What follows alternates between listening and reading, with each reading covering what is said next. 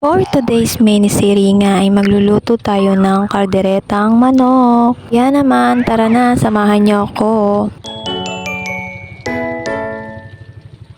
At eri nga ay meron tayong patatas and carrots, sibuyas and bawang. Siyempre, hindi mawawala ang chicken. So, ayan. Ditong kalahating kilong chicken. And then, meron tayong liver spread, may toast, and may green peas. So, ayan na yung mga ingredients. Kaya naman, tara na, maggisa na tayo.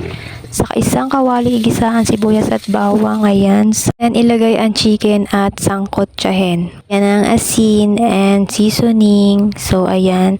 And nor cubes chicken. And lagyan din natin ng water, syempre. And lagyan natin ng liver spreads. So, ayan. Bilis ng transition. Tapos nang ilagay, nilagyan ko na rin yan ng asin at mga pampalasa at kung ano-ano pa. Bahala na nga kayo dyan. Eri nga ay luto na, ready to serve na. Charan! Ang bilis ko namang magluto, oy.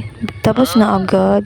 Pagkatapos ko magluto doon ay lumabas ako at nakita ko itong mga doggy. Ang sabi ko nga ay bakit mga nakalabas ang mga dila nyo? Oy, grabe kayo. Siguro